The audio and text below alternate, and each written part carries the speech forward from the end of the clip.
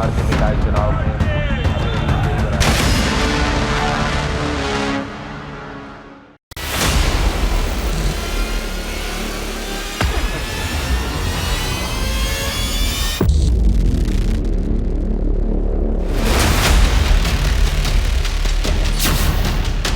निकाय के पहले चरण का संग्राम।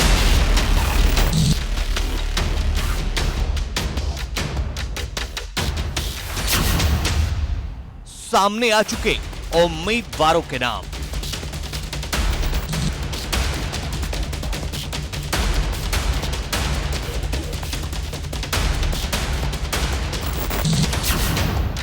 सबने पेश कर दी अपनी अपनी उम्मीदवारी।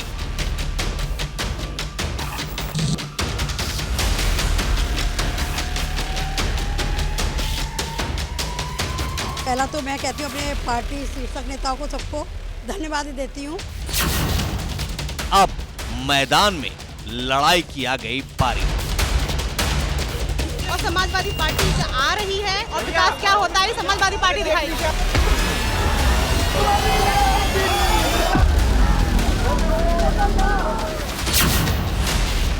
पहले चरण में 9 मंडल में होगा घमासान। 10 नगर निगम में चुनावी जंग का ऐलान। भारतीय जनता पार्टी के हमारे प्रदेश नेतृत्व ने मुझ पर विश्वास किया है। किसको टक्कर मान रही है? कोई नहीं है टक्कर में। कोई लड़ाई नहीं है, कोई चुनौती हमारे सामने है ही नहीं। पहले चरण में कौन निकाय का नायक?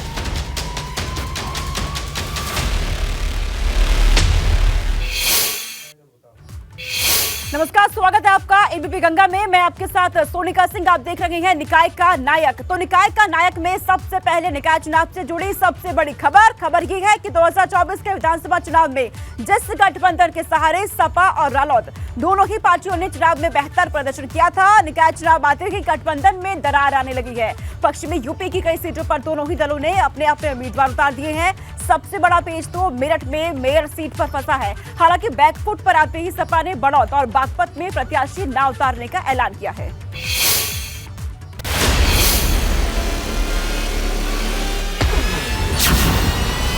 उम्मीदवारी दावेदारी पर गठबंधन में दंगल। सियासी लड़ाई का 2 उम्मीदवार वाला एंगल।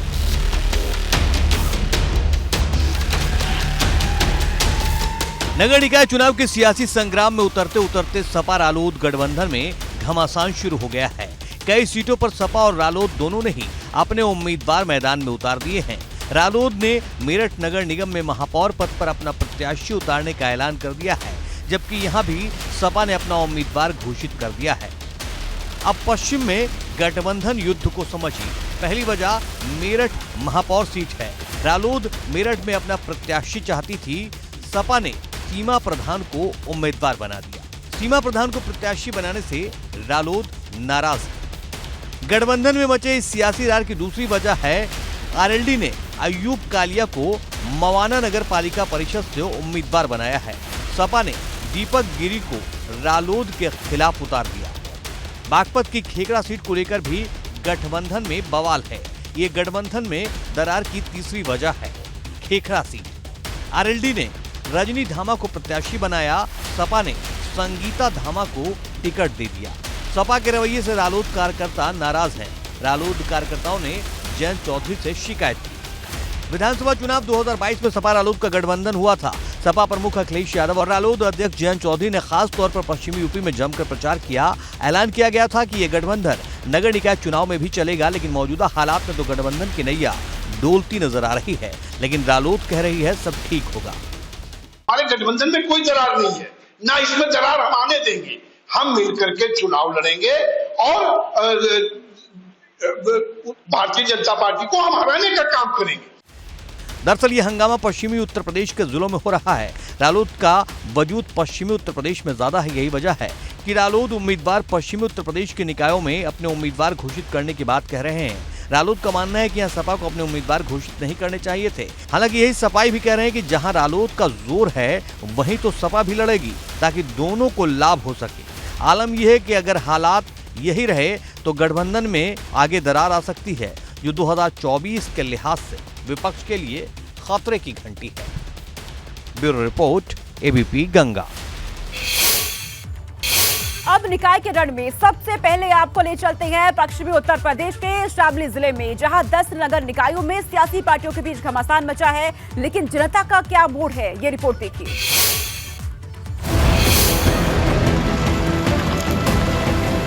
द्वापर युग से लेकर आज तक शामली की खास पहचान रही है। कहा जाता है कि कुरुक्षेत्र जाते वक्त श्री कृष्ण शामली से होकर गुजरे थे। हालांकि साल 2011 में मायावती ने अपने शासनकाल में शामली को प्रबुद्ध नगर बना दिया था, लेकिन 2012 में अखिलेश सरकार आते ही प्रबुद्ध नगर फिर से शामली हो गया।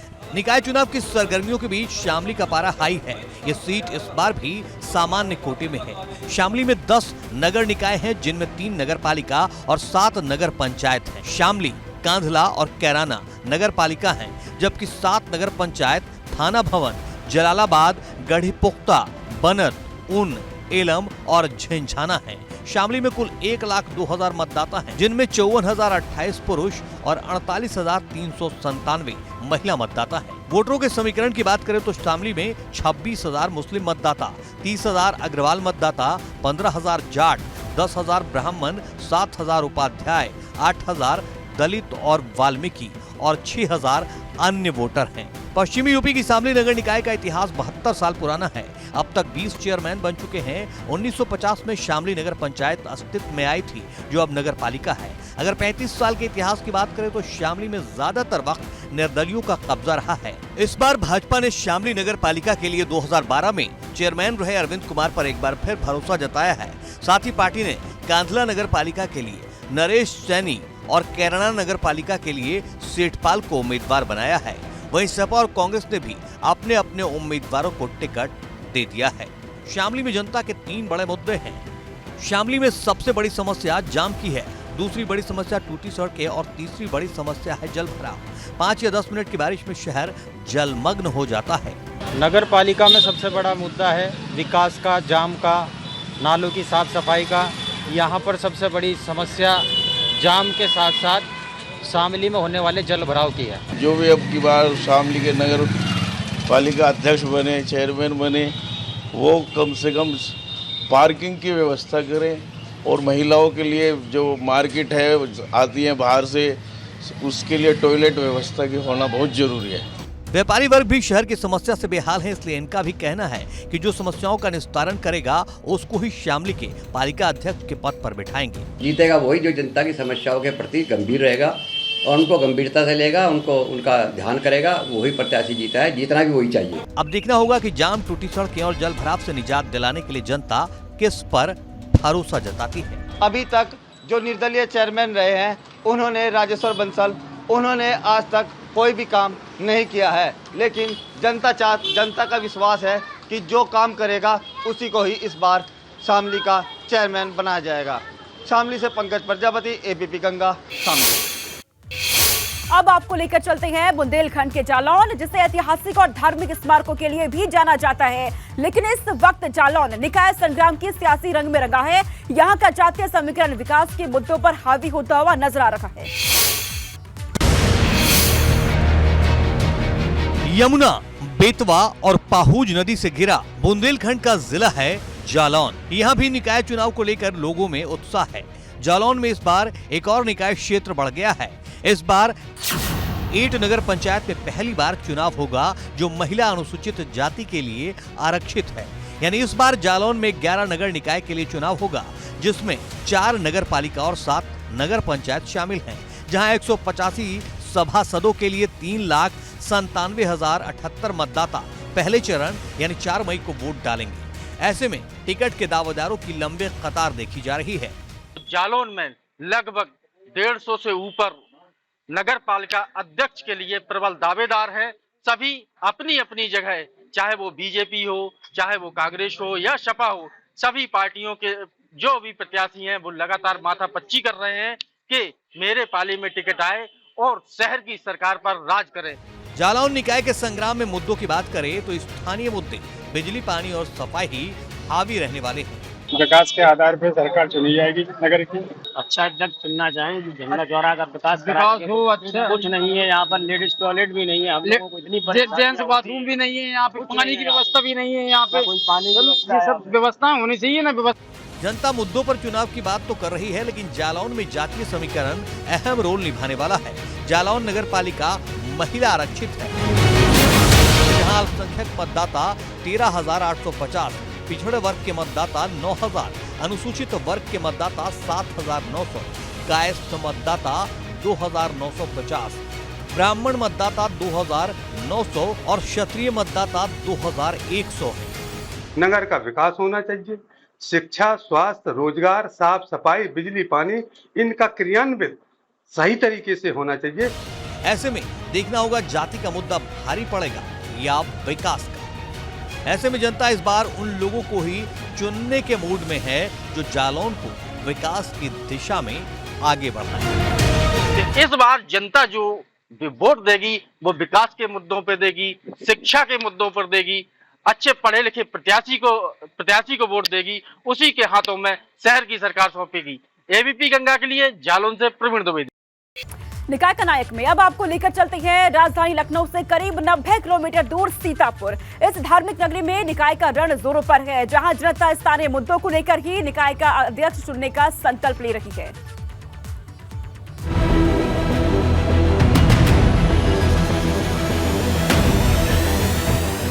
राजधानी लखनऊ से सटे दुनिया भर में नैमिषारण्य तीर्थ स्थल के लिए मशहूर सीतापुर में इन दिनों निकाय की सियासत तो जोरों पर है। सीतापुर की बात करें तो सीतापुर में कुल 11 निकाय हैं, जिनमें 6 नगर पालिका और 5 नगर पंचायत है, जहां कुल 228 वार्ड के लिए पहले चरण यानी 4 मई को चुनाव होंगे। सीतापुर में 5 नगर पंचायत हैं। पिछले चुनाव की अगर बात करें तो यहाँ पर दलीय प्रत्याशी तो उतारे गए थे, लेकिन ज्यादातर या तो निर्दलीय जीते थे या फिर किसी पार्टी के समर्थन से वो विजय पाए थे। ऐसे में भाजपा इस बार पूरी तैयारी के साथ निकाय के मैदान में कूदने वाली है। देखिए, हमारे सभी कार्यकर्ता बिल्कुल सजग हैं। वार्ड स्तर पे हम लोग की तैयारी हो गई है और प्रत्याशी चयन की आखिरी प्रक्रिया चल रही है। वहीं समाजवादी पार्टी निकाय चुनाव के सहारे 2024 के लोकसभा रण में भाजपा को पटखनी देने की तैयारी में है। नगर निगम के चुनाव में भी समाजवादी पार्टी जीतेगी और आप देखना लोकसभा के चुनाव में तो प्रचंड बहुमत के साथ में बीजेपी का सफाया होना तय है। सीतापुर में चुनावी मुद्दे की बात करें तो जनता स्थानीय समस्याओं को लेकर ही वोट करने के मूड में है। सीतापुर में आवारा गौवंश, जल की समुचित निकासी न होना, अतिक्रमण, फुटपाथ, दुकानदारों का उजाड़ा जाना, बच्चों के खेलने के लिए स्टेडियम और पार्क न होना अहम चुनावी मुद्दे हैं। रोड जो थी वो बन गई हैं, जो काम है लाइट रोड है ये सही होना चाहिए। जो सड़क ट्रैफिक ज़्यादा इस पर निकलती है, ट्रैफिक जो है रोड चौड़ा होना चाहिए। पार्क की सुविधा छोटी छोटी हैं, बड़ी पार्क भी होनी चाहिए, स्टेडियम भी होना चाहिए। यहाँ पे चेयरमैन अच्छा होना चाहिए, जो नागरिक मतलब सामाजिक विकास हो वही अच्छा चेयरमैन होता है। और ये नहीं है कि अपने वो कार्य करे या कुछ करता रहे, उससे कोई फायदा नहीं। जनता तो स्थानीय मुद्दों को लेकर मतदान की तैयारी में है, लेकिन राजनीतिक पार्टियां निकाय चुनाव के सहारे 2024 की जंग फतह करने की जद्दोजहद में है। इस बार की स्थिति इससे उलट रहने वाली इसलिए है क्योंकि भारतीय जनता पार्टी और समाजवादी पार्टी सिंबल से चुनाव लड़ाने जा रही है और खासकर जो सत्ताधारी पार्टी है भारतीय जनता पार्टी से टिकट पाने के लिए मारामारी मची हुई है। और इस बीच समाजवादी पार्टी भी यहाँ पर अपना पूरा दमखम दिखा रही है। ऐसे में बहुजन समाज पार्टी, कांग्रेस और आम आदमी पार्टी किसका काम बनाएगी, किसका बिगाड़ेगी, या तो आने वाला समय बताएगा। सीतापुर से एबीपी गंगा के लिए पंकज सिंह गौर। बात मेयर की महापरीक्षा की, जहां आज हम सहारनपुर नगर निगम की सियासत का पोस्टमार्टम करेंगे। सहारनपुर में बसपा और भाजपा में सीधी टक्कर होने वाली है।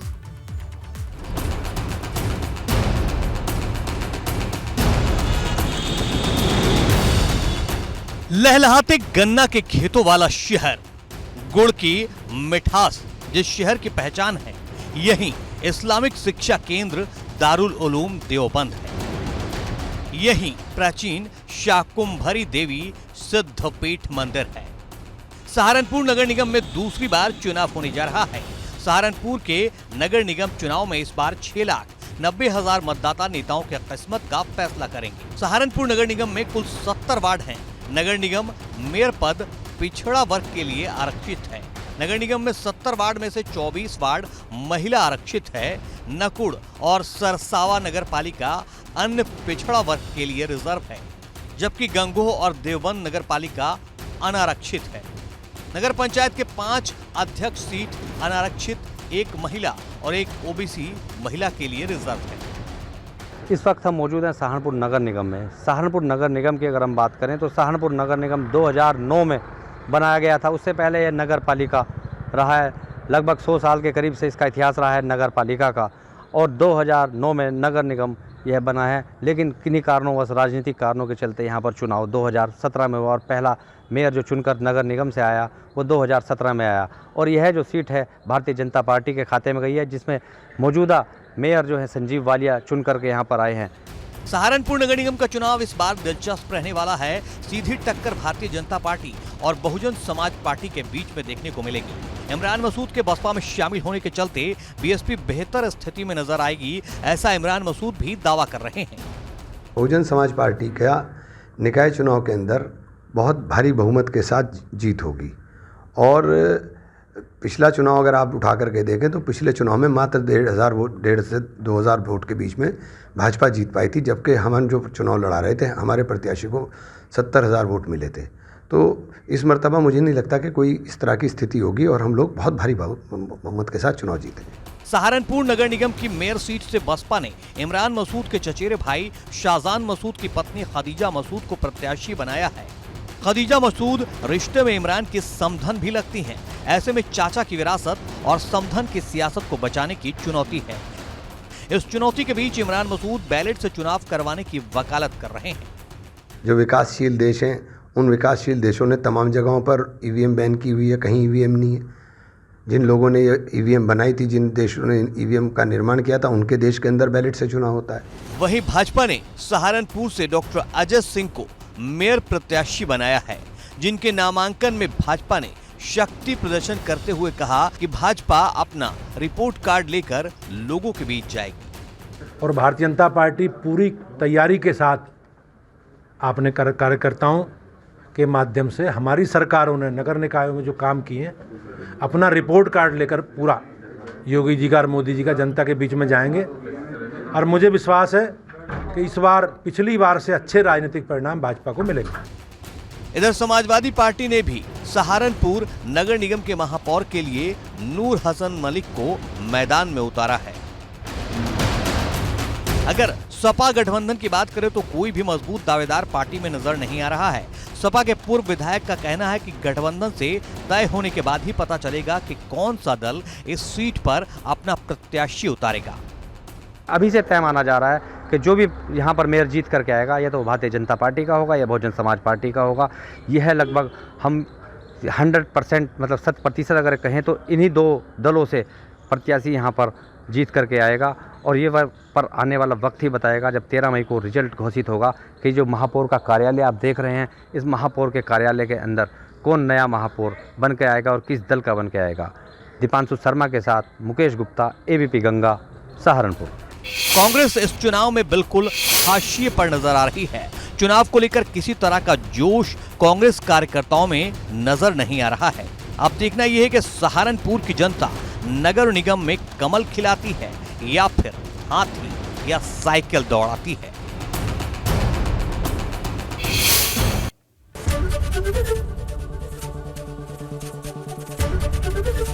एबीपी गंगा, खबर आपकी, जुबान आपकी।